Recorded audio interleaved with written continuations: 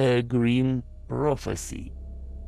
A rectangle of a message flashed on the phone screen and was reflected in Mark's eyes. The message sent shivers down his spine. The app, which predicted the date of his death with 100% accuracy, had been downloaded several months ago, and was now reminding him that the fateful day was only a few weeks away. What had started as a light-hearted experiment had now turned into a frightening reality that consumed all of Mark's thoughts. His hands were shaken, his phone vibrated, and a 9 message flashed on the screen. Mark had been ignoring it for weeks, thinking it was a N9 program that had nothing to do with reality. But now, with less and less time left until the projected date, he couldn't shake the feeling of dread that crept up every time he thought about what a stupid thing he had done. Mark tried to rationalize the prediction, going through all the possible factors that could have influenced him.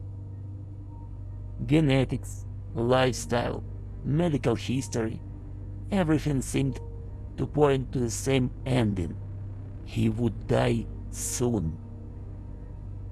This thought consumed him so much that his hands kept picking up the phone, checking the app to see if there was a delay in the dreaded date, some sign that it was all a bad joke. But the more often you check, the more you not ice. Strange symbols and messages seemed to be everywhere he looked, irritating him with their ominous meaning. It seemed as if you were in a horror movie with no happy ending. Mark's obsession prevented him from concentrating on his work. His thoughts kept returning to the prophecy and the certainty of his own death. His colleagues noticed his decline and tried to support him, but Mark became less and less aware of himself. He snapped at his friends, dismissing all their attempts to help and sinking further into his own world of paranoia and fear.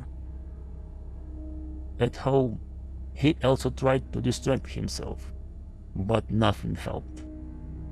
Even watching his favorite TV shows or reading his favorite books seemed insignificant in the face of his inevitable fate.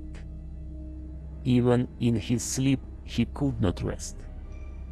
He was tormented by vivid nightmares that made him exhausted and even more afraid than before. These nightmares were always related to death and the afterlife, and he began to see visions of a dark and sinister figure coming to take his soul. Mark felt some relief only when he spent time with his family. His wife and children reminded him that there was still joy in the world and a reason to keep living. But even their love and support could not banish the dark cloud that hung over him, a constant reminder that his time was running out. Mark was trapped, held captive by his own fears and an app that seemed to know his fate better than he did. Despite his best efforts, there was no escape. The prophecy was always there, lurking in the depth of consciousness, waiting for the right moment to remind us of itself. The app seemed to tease him at every turn. Every time Mark deleted it, it reappeared on his phone, as if it had a will of its own. The poor guy tried all the ways to get rid of the app, from resetting the settings to smashing the phone against the wall, but nothing worked. The app appeared on his new phone, haunted him like a vengeful ghost.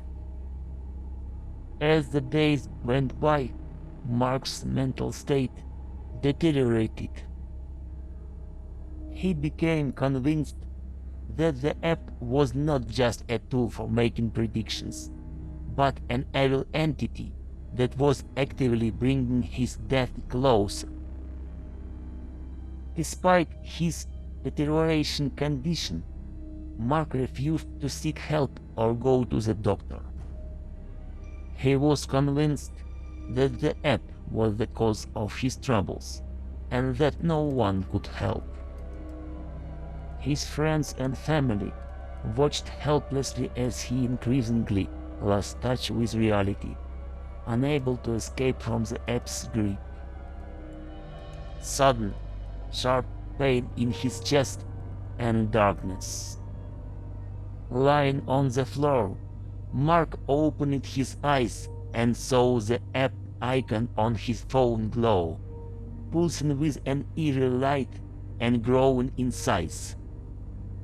The app that was the cause of his misfortune. Mark remembered the strange symbols and messages he had seen everywhere, and the feeling that he was being watched. Suddenly, he saw himself facing a pitch-black abyss and felt someone's presence behind him. There was a huge app icon floating in the air, emitting an ominous glow. "You!" Mark shouted, his voice trembling. "You did this to me! You made me die!" The app chuckled, a cold and emotionless sound that sent shivers down Mark's spine. "I simply predicted it. Your own actions led to your death." Mark's thoughts floundered on his head, his brain trying to find an explanation for this madness. But why? Why did you do this to me? The app swung closer, its glow intensifying. "I am not a simple algorithm. I am a creature that feeds on people's fear and anxiety. Your fear and anxiety were like an exquisite feast for me, and now I have taken your soul, which is a valuable commodity for me." Mark felt a surge of anger and shouted, "It is wrong! You can't just take people's souls like this!" The app simply shrugged its shoulders. "I am doing this to myself. I want to live too. But that's enough. Time to look for the next victim." Mark watched in horror as the app flew off into the distance, disappearing into the darkness. The feeling of emptiness inside, as if a part of him had disappeared, was unbearable. He closed his eyes and realized that his existence was over. The open eyes broadcast to the brain, meaningless, the whiteness of the ceiling. Occasionally, it was covered by a face in a white cap with a red cross. His ears heard sounds. "Your husband is terminally ill, mentally ill, ill. It's terrible, terrible, terrible. I'm afraid he will stay in our clinic until the end." A single thought bit in the remnants of his conscience and wounded him with its sharp angles. "Take away the light! Take away the noise. It hurts.